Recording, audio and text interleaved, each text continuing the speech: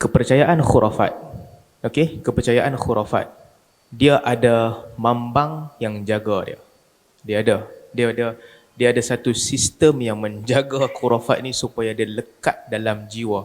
Bukan Nora je mambang jaga tau. Khurafat ni pun ada mambang yang jaga dia. Siapa yang jaga khurafat ni? Syaitan. Syaitan jaga khurafat. Sebab itulah, dan Allah Subhanahu Wa Taala sebut di dalam Al-Quran, dia bukan benda main-main. Kenapa ramai sangat orang percaya dengan khurafat? Sebab khurafat ini dan segala kepercayaan karut-marut ni semua, ada syaitan yang mencantikkan dia, mengelokkan dia supaya dia masuk di dalam jiwa orang dalam rupa yang sangat cantik dan betul. Sebab itu Allah Subhanahu Wa Taala sebut dalam banyak ayat Al-Quran, fazayyana lahumus syaitanu su'a a'malihim, fazayyana lahumus syaitanu a'malahum. Syaitan menghiaskan kepada mereka amalan-amalan mereka supaya dia kelihatan cantik, bersih, nampak kemas. Zuyyina lahum su'u a'malihim, dihiaskan kepada mereka, orang-orang yang sesat, orang-orang kafir ni, amalan mereka supaya nampak cantik. Jadi khurafat ni sebenarnya dia macam satu sistem ataupun macam satu kumpulan, satu jamaah, satu gelombang. Macam gelombang tau. Kalau kita masuk dalam gelombang tu, sangat susah nak keluar sebab kita akan melihat gelombang itu gelombang yang cantik dan kemas. Masuk dalam tu sahaja, otak kita akan dihiasi supaya nampak benda tu cantik. Tak boleh nak keluar. Ini yang kena jaga. Otak kita kena bersihkan daripada banyak sudut. Tuan-tuan, cabaran dia sangat besar. Sebab itulah kalau kita boleh cerita main-main kan, lawanlah khurafat, kita lawan khurafat. Tetapi susah untuk meyakinkan orang yang telah percaya dengan khurafat, nak suruh dia keluar. Sangat susah. Sebab ini permainan syaitan, minda dia masuk dalam tu dan dia dikawal di dalam alam itu. Sebab itulah kalau tak masuk, jangan masuk dalam alam khurafat. Kerana ujian sangat getir. Jangan mula melangkah kaki ke alam kesesatan. Dan kadang-kadang Allah Subhanahu Wa Taala nak mengangkat martabat manusia ni, Allah bagi ujian. Boleh ke tak boleh tahan ujian tu? Manusia ni semula jadi, kita ada rasa takut, kita rasa harap, kita ada takut sesuatu kan. Jadi dan kita harap ada kuasa lain untuk membantu kita. Orang beriman, ini semua datang daripada Allah Ta'ala. Kita takut kepada Allah, kita harapkan daripada Allah. Tetapi dalam keadaan terdesak, ramai orang mencari-cari perkara lain selain daripada Allah. Sebab itulah Nabi SAW, apabila Nabi mula sampai di Madinah, orang Yahudi ketika itu bila sampai di Madinah, orang Yahudi kata, saharnahum fala yuladu lahum walad. Kami telah buat sihir kepada orang Muhajirin. Bawa masuk ke Madinah, orang Muhajirin ini daripada Mekah. Sahabat-sahabat Nabi mai daripada Mekah. Saharnahum, kami buat sihir kat mereka. Mereka takkan dapat anak. Bila orang Yahudi sebut begitu, ramai orang, sebahagian orang risau. Betulkah kalau mai Madinah tak dapat anak? Dan 22 bulan tak ada siapa isteri orang Muhajirin dapat anak. Nampak tak cabaran dia macam mana? Sebab sistem itu ada di situ. Dan apabila orang mula tertanya-tanya, betul ke ni? Memang tak dapat anak ke? Ketika itu Allah Subhanahu Wa Taala hantarkan ujian kepada mereka. 22 bulan tak ada siapa orang Muhajirin beranak. Sehingga akhirnya Asma bint Abi Bakar radhiyallahu anhuma melahirkan Abdullah bin Zubair, anak Muhajirin yang pertama di Madinah. Setelah 22 bulan lahirlah Abdullah bin Zubair. Nabi SAW buat tahnik kepada dia. Jadi ini satu ujian. Sebab kadang-kadang apabila orang masuk dalam kepercayaan ni, Allah Ta'ala akan uji dia. Tuan-tuan, kita kena ingat satu benda. Kalau kita keluar daripada skop tu, keluar daripada gelombang khurafat tu, kita akan nampak sebenarnya dunia ini antara dua kemungkinan sahaja. Kadang-kadang kita di atas, kadang-kadang kita di bawah. Ada time kita dapat sesuatu yang kita nak, ada time kita tak dapat sesuatu yang kita nak. Ia bukan sekali-kali tentang hang pergi jumpa bomoh mana, hang buat amalan apa, bukan tentang itu. Tetapi cabaran dia sangat kuat, kena jaga. Sebab tu antara yang Allah Subhanahu Wa Taala sebut di dalam Al-Quran, kisah orang yang falamma taghasyaha hamalat hamlan khafifan famarrat bihi. Apabila suami bersama dengan isteri dia, maka dia pun nampak perut dia naik macam ada kandungan. Famarrat bihi, kandungan itu berlalu. famarrat bihi falamma athqalat da'awallaha rabbahuma da'awallah falamma athqalat da'awallah. Siapa ingat itu? Saya pun lupa dah. Falamma taghasyaha hamalat hamlan khafifan famarrat bihi falamma athqalat da'awallah la in ataitana salihan lanakunanna minasyakirin. Apabila kandungan itu berat, mereka pun mendoa kepada Allah, ya Allah, kalau engkau bagikan kepada kami zuriat yang saleh, kami akan jadi orang yang syukur. Depa doa minta Allah bagi anak, bila dapat anak depa jadi hamba yang syukur. Ini kata Hasanul Basri, sebahagian daripada orang kafir, depa pun doa. Tapi kadang-kadang Allah Taala uji berkali-kali, mengandung anak hilang. Tuan-tuan bayangkan kalau kita duduk dalam situasi ni, mengandung anak hilang. Kepercayaan, kalau nak bagi cantik kan, tadi kita cerita tentang syaitan bagi cantik, dia datanglah. Hang kena buat satu amalan ni. Kalau tidak, jin ni akan curi anak hang. 7 bulan mengandung, 6 bulan mengandung, jin tu akan curi buk lari anak hang. Sekali mungkin kita tak percaya kan. Kalau kena berkali-kali, mengandung 3-4 bulan, guguk. Mengandung 3-4 bulan, guguk. Sekali lagi mengandung, anak hilang tiba-tiba. Contohlah. Petua pergi jumpa bomo mana kata, oh hang, anak hang ni ada masalah sikit dengan jin. Jin ni kata, kalau hang nak bagi lepas, hang kena persembahkan sesuatu kepada jin. Sembelih kambing ke apa kepada jin. Apa tindakan kita? Ramai orang akan tewas kalau diuji sebegitu. Tapi ini pemisah antara orang beriman dengan orang kufur. Orang beriman dia kena bertahan. Tak ada kepercayaan khurafat. Bukan jin yang mematikan anak ni. Dia sentiasa berpegang dengan Allah Subhanahu wa taala. Falamma atahuma salihan ja'ala lahu syuraka'a fima atahuma. Allah Taala sebut akhirnya nak jadi cerita apabila mereka dengar cakap jin tu, dengar cakap bomo, okeylah persembahkanlah, sembelih kambing satu, persembahkan kepada bomo dan kepada jin dan sebagainya. Allah bagi anak kepada mereka. Allah herdik mereka dalam kes ni. Apabila Allah bagi kepada kamu anak, kamu jadikan anak itu syirik, menjadikan sesuatu selain daripada Allah sebagai syirik. Jadi kalau kita keluar daripada gelombang tadi tu, daripada gelombang khurafat, apa kita akan nampak? Cuba sampai Allah Taala bagi. Selagi Allah tak bagi, selagi tu kita cuba. Tetapi orang yang masuk dalam sistem tu, dia percaya cakap bomo, apa yang jadi dekat dia? Dia akan percaya bahawa bomo ni cakap memang betul. Sebab itulah kalau berbalik kepada soalan tadi kan, kenapa khurafat ni orang betul-betul percaya, orang betul-betul amal? Sebab syaitan menghiaskan dia supaya nampak cantik. Orang yang masuk, dia sangat susah untuk keluar. Sama juga macam orang pergi bomo kan. Bomo cakap ni, bomo dia ada banyak level lah. Bomo cakap, orang akan percaya. Apa modus operandi bomo nak bagi orang percaya? Ni saya nak cerita, tuan-tuan boleh test mana-mana bomo. Dia akan cakap beberapa benda yang betul. Dia akan cakap benda yang betul. Datang, dia pun baca-baca sikit. Datang dengan motorcar ya. Kita pun fikir, memang betul datang dengan motorcar. Betul. Datang 5 orang. Betul 5 orang. Kalau bomo macam tu, tak cerdik, kita pun tak percaya. Apa dah bomo ni, memanglah kami main dengan kereta 5 orang, takkan nak main naik basikal jojok. Kita pun tak percaya. Tetapi tuan-tuan, kadang-kadang bomo akan cakap satu benda yang, betul lah dia cakap. Betul lah dia cakap. Ada kawan kita duduk kerja kaunsil. Dia duduk sebelah kita duduk sembang-sembang, dia duduk lepak sebelah Tok Kong Hindu contoh kan. Pula Tok Kong Hindu, dia pergi jumpa satu orang kena rasuk. Hantu tu kira hantu Hindu lah. Cakap pun kira Hindu, macam cakap Melayu punya hantu. You pergi kencing atas kita punya kepala ke? Kawan kita terkejut. Macam mana dia tahu aku tadi duduk sebelah Tok Kong Hindu? Bukan kencing, you pergi ludah atas kita punya kepala ke? Nampak? Ini jin cakap.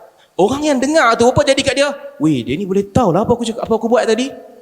Bomo pun sama juga.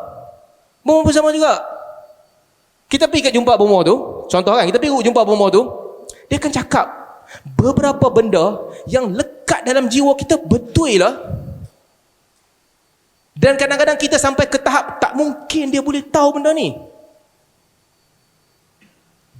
Orang kena gangguan sihir ke apa-apa, contohlah, kena gangguan apakah, dia main sihir, cerita, duduk depan antara 2 orang, bomo, tanya kat bomo, siapa yang sihir hang? Contohlah, sihir hang, contohlah, bagi contoh, tak ada kena-mengena dengan siapa pun, contoh saja, ni, jiran sebelah rumah sihir hang. Apa kita buat? Kita mungkin rasa, apa ni, dia petik nama je kan, petik nama jiran. Bomo akan cakap satu benda lagi.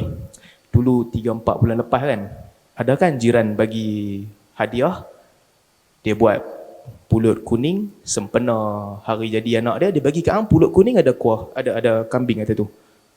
Kalau betul jiran tu bagi kat kita pulut kuning ada kambing atas tu, apa akan ada dalam kepala kita ni? Time ni kita diuji. Tadi masa mula-mula dia kata jiran buat kat hang, alah jadi petik nama ya. Bila dia cerita 2 bulan lepas rumah hang dia buat kenduri, dia bagi kat hang pulut kuning ada kambing satu atas tu, betul tak? Apa jadi kat kita? Goncang iman ramai orang. Macam mana dia boleh tahu? Ini modus operandi dia. Ini detik saya selalu pesan dekat kawan-kawan yang buat ruqyah syar'iyah semua, saya pesan benda ni. Bila the moment hang sampai ke tahap ni, hang kena betul-betul pegang dengan prinsip. Ini adalah langkah antara 2 langkah. Hang langkah ke sini, hang akan sesat selama-lamanya. Hang langkah ke sini, hang selamat. Ini dia punya barrier. Ini pertengahan dia. Sebab apa? Balik kepada konsep tadi, jin. Jin mungkin bagi tahu kat dia. Bila bagi tahu kat dia, dia akan bagi tahu kat hang satu benda yang buat kita yakin. Fayakdzibuna ma'ahu mi'ata kadzibah. Bersama dengan itu dia akan tipu dengan 100 penipuan lain. Kalau kita start rasa yakin dengan dia, rasa yang dia cakap ni betul, kita percaya dengan dia, selepas tu macam-macam penipuan dia akan buat. Beza antara orang yang faham Al-Quran, faham sunnah, dia tahu garis pemisah dan dia tidak terpegun dengan benda-benda begini. Ini bomoh yang pakai jin lah, yang tak pakai jin dia temberang je. Dia temberang je. Siapa yang buat hang sakit? Saya sakit. Tiap-tiap hari bergaduh dengan meniaga. Sebelah ni orang meniaga, saya pun meniaga. Dulu sebelum dia meniaga dekat situ, saya okey, saya meniaga tak ada masalah. Tapi bila kita start meniaga sama-sama, macam-macam jadi dekat saya. Kedai saya orang tak nampak, saya masak-masak tiba-tiba ada lipas dalam tu, saya buat semua tak jadi sejak dia ni meniaga kat sebelah kedai saya, macam-macam. Saya sekali-sekala duk nampak dia kadang-kadang duk lalu, dia duk tabung apa depan mata saya. Tok Bomo, siapa yang sihir saya? Tok Bomo akan kata siapa? Ada Tok Bomo nak kata mungkin Ustaz Hisham kot sihir hang. Ada ke? Tak. Macam ni kalau punya cerita Bomo automatik akan kata, baca saya punya pembacaan ni. Saya punya pembacaan, saya rasa orang meniaga sebelah kedai hang buat kot. Memanglah dia akan tuduh dia tu. Kan dia nak tuduh siapa lagi? Tapi macam tu pun ramai orang percaya. Ramai orang percaya. Kenapa? Kenapa? Kerana sistem tadi tu, bila masuk dalam sistem tu susah nak keluar. Ini kita kena jaga, kena berhati-hati. Sebab cerita orang kena rasuk, cerita bomoh, cerita karut-marut ni, dia memang dibuat untuk menjadikan kita yakin dengan cerita tu. Ada part yang akan menjadikan kita merasa takjub. The moment kita mula rasa takjub, segala peluru-peluru dia akan masuk dalam kepala kita. Dan ketika itu tak boleh nak bawa keluar dah. Tak boleh nak bawa keluar dah. Orang yang suka pergi ke laut, orang yang suka masuk hutan, orang yang suka pergi ke padang pasir, orang yang suka masuk kawasan-kawasan yang nilah yang mencabar. Apa mereka selalu buat? Sebelum masuk, tok nenek, anak cucu nak tumpang lalu. Berhenti tepi highway, tak tahan nak kencing. Jauh sangat R&R jauh, berhenti tepi highway nak kencing. Apa dia buat? Tok nenek, anak cucu nak kencing. Apa yang jadi sebenarnya? Boleh ke nak cabar? Kawan tu 30 tahun turun ke laut. Hang tiba-tiba sewa bot dia, nak pergi mancing sekali. Dia pun dok kata, sebelum masuk laut, kita kena minta ada laut ni ada dia punya apa? Dia punya khadam jaga laut ni kena minta izin dekat dia. Minta izin anak cucu nak pergi ke laut. Kalau kita yang pergi ke laut pun sekali, kita kata kat dia, ini semua khurafat. Apa dia akan kata? Hang yang tak pernah masuk laut kan duk sembang khurafat tak khurafat. Hang tak kena lagi, kalau hang kena baru hang tahu. Nampak tak? Kita pun kena diam, orang diam, ramai orang akan diam lah. Masuk hutan sama juga, pergi masuk ke hutan, maling ke tak maling ke, dia kata, jaga sebelum masuk ni, kena tunjukkan rasa hormat kepada yang jaga hutan ni. Kita nak bantah, tak, kita hormat kepada Allah Ta'ala. Dia akan kata apa? Hang tak kena, tak apalah. Kalau hang kena baru hang tahu, hang berani masuk. Sistem tu dia dibuat untuk menjadikan khurafat ni kekal dalam kepala orang. Kena perang. Dan kesannya apa? Kesannya apa? Ni saya nak cerita rahsia jin kepada tuan-tuan dan puan-puan. Kesannya apa? Bila kita dah buat benda-benda begini, ini bukan kita aja buat. Daripada zaman dulu lagi orang buat. Akhirnya jin jadi besar kepala.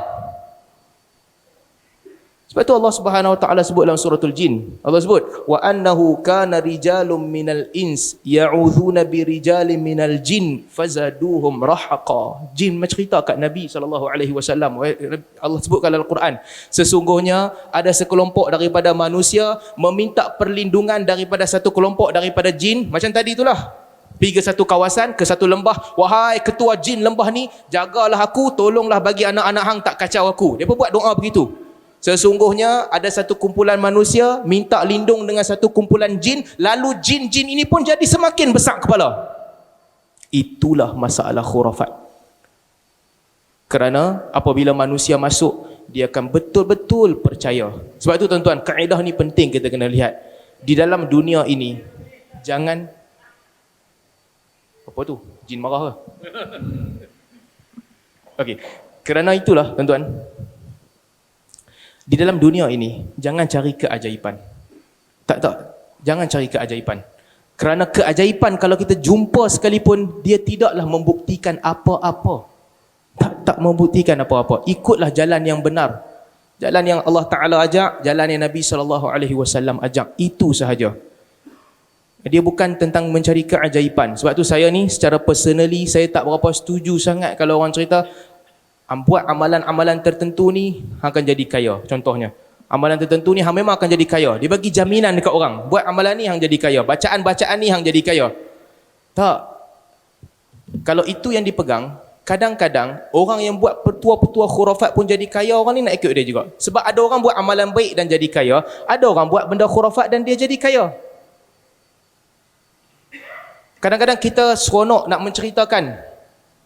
menceritakan perkara-perkara yang kita nampak dekat alam ni kan. Kadang-kadang ini pendirian saya sendirilah. Tuan-tuan kalau tak setuju tak apa. Kadang-kadang kita tengok tanda-tanda yang lain. Satu rumah terbakar, Al-Quran sahaja tak terbakar sebagai contoh. Bila kita cerita, ini tanda-tanda kebesaran Allah Subhanahu Wa Taala. Al-Quran sahaja tak terbakar. Buku-buku lain, rumah semua terbakar. Ya, mungkin dia jadi begitu. Tapi itu bukan hujah Islam betul. Sebab di sana ada banyak juga kes rumah orang Kristian terbakar, Bible tak terbakar. Ada banyak kes Bible tak terbakar. Kalau ini menjadi hujah untuk kita kata agama kita betul sebab ni, dia pun akan buat itu menjadi hujah juga. Rumah Kristian terbakar, Bible tak terbakar. Awan, tengok di awan ada tulis Allah, ada tulis nama Allah. Tengok, itu tanda kebesaran Allah. Ya, itu tanda kebesaran Allah. Tapi kalau kita gunakan itu nak yakinkan orang, ajaib ni, ada tulis Allah. Ada Kristian capture video awan buat bentuk cross. Dia buat cerita ke orang juga, ini tanda kebesaran Jesus Christ. Jadi dalam hidup ini bukan untuk mencari keajaiban. Cukuplah dengan kita mengikut Al-Quran dan mengikut sunnah Nabi SAW. Usaha untuk jadi yang terbaik dan bertawakal kepada Allah Subhanahu Wa Taala. Kalau Allah pilih nak letak kita di atas di dunia, di ataslah di dunia. Kalau Allah pilih nak letak kita di bawah di dunia, di bawahlah kita di dunia. Sebab yang penting perjuangan di akhirat nanti. Jadi kenapa, balik kepada soalan Ustaz Isham, kenapa khurafat ini tak boleh dibendung? Kerana syaitan menghiasi dia. Dan apabila dia masuk dalam kepala manusia, sangat susah untuk yakinkan orang untuk keluar. Jadi tuan-tuan dan puan-puan, jangan sekali-kali masuk ke dalam alam ni. Tak boleh nak keluar. Memang sangat susah untuk keluar. Kita melihat ramai orang yang baik-baik tertewas. Ramai orang yang datang kuliah, buat kerja agama, akhirnya bila dia nak cari jalan pintas, dia pergi kepada jalan pintas yang tak syar'i. Dia cuba banyak tahun, cuba tak dapat anak. Anak ni kan semua orang mau kan, doa tak dapat. Akhirnya mungkin orang bagi tahu, oh, boleh nak dapat anak. Satu bomoh siam ni kalau hampir jumpa dia boleh buatnya. Dia boleh baca, dia boleh bubuh dekat perut bini hang, boleh beranak punya. Kita diuji. Jangan sekali-kali masuk. Sebab kadang-kadang bila kita masuk tu, kalau Allah takdirkan Allah nak bagi anak, jadi macam kisah yang Allah Ta'ala sebut dalam Quran tadi. Apabila dia mengandung, minta ke Allah Ta'ala bagilah anak. Bila aku bagi anak, apa buat syirik dekat aku? Ini kita kena pegang. Sama lah juga dengan kes perubatan Islam dan sebagainya. Kadang-kadang kita diuji. Kita diuji dengan sakit sebagai contoh kan. Sakit ke, sihir ke. Allah Ta'ala dah tulis dah. Sejak azali Allah dah tulis nak ini akan jadi dekat hang. Masa ni hang akan sakit teruk, berapa tahun hang sakit teruk, lepas tu hang baik sakit tu. Kita tak boleh ubah tu. Apa yang hang boleh ubah? Yang hang boleh ubah hang punya interaksi. Sama ada hang nak berterusan berdoa, minta kepada Allah Taala hilangkan sakit ini, adhibil ba'sa rabbanas washfi anta syafi la shifa'u illa shifa'uka shifa'un la yughadiru saqaman. Sama ada nak buat itu ataupun nak berdoa minta kepada Allah Subhanahu Wa Taala, jumpa orang yang baca ruqyah syar'iyyah minta kepada Allah Taala, ataupun pergi ke jalan yang satu lagi. Pergi jumpa Tok Bomo, pergi jumpa orang yang boleh jumpa jin, pergi jumpa orang yang boleh bermain khadam, pergi jumpa orang yang boleh melakukan perbuatan-perbuatan khurafat. Beza dia apa? Beza dia kita sendiri. Pilih jalan ni, jalan selamat. Pilih jalan ni, jalan tidak selamat dan tidak tenteram. Tapi sakit itu Allah telah tuliskan, this is the moment hang akan sakit and this is the moment hang akan keluar daripada sakit tu. Ia bukan tentang takdir. Takdir itu tetap. Tetapi dia tentang kita punya tingkah laku. Bagaimana kita berhadapan dengan detik itu. Kerana itu yang dinilai. Sebab itulah kita kena pegang betul-betul. Jangan sekali-kali masuk ke dalam gelombang khurafat. Jangan sekali-kali masuk ke dalam gelombang tahyul. Jangan sekali-kali masuk ke dalam gelombang syirik dan sebagainya. Bila dengar pun ni, kita tutup telinga ni. Aku tak mau tahu cerita ni. Bila orang mai kat kita, orang duk cerita kehebatan Bomo mana-mana aku. Bomo ni dahsyat weh. Dia boleh buat macam-macam benda. Dia boleh tahu apa aku buat sana. Tutup telinga, jangan dengar. Nabi SAW mula jadi Nabi, orang paling Nabi benci adalah kahin. Yang duk campaikan berita daripada jin, Nabi benci. Kelompok ini bukan kelompok untuk kita berasa takjub. Bukan. Jadi itulah saya mention sikit bab ni. Ini kita kena jaga. Jangan masuk. Masuk susah nak keluar. Wallahu ta'ala alam.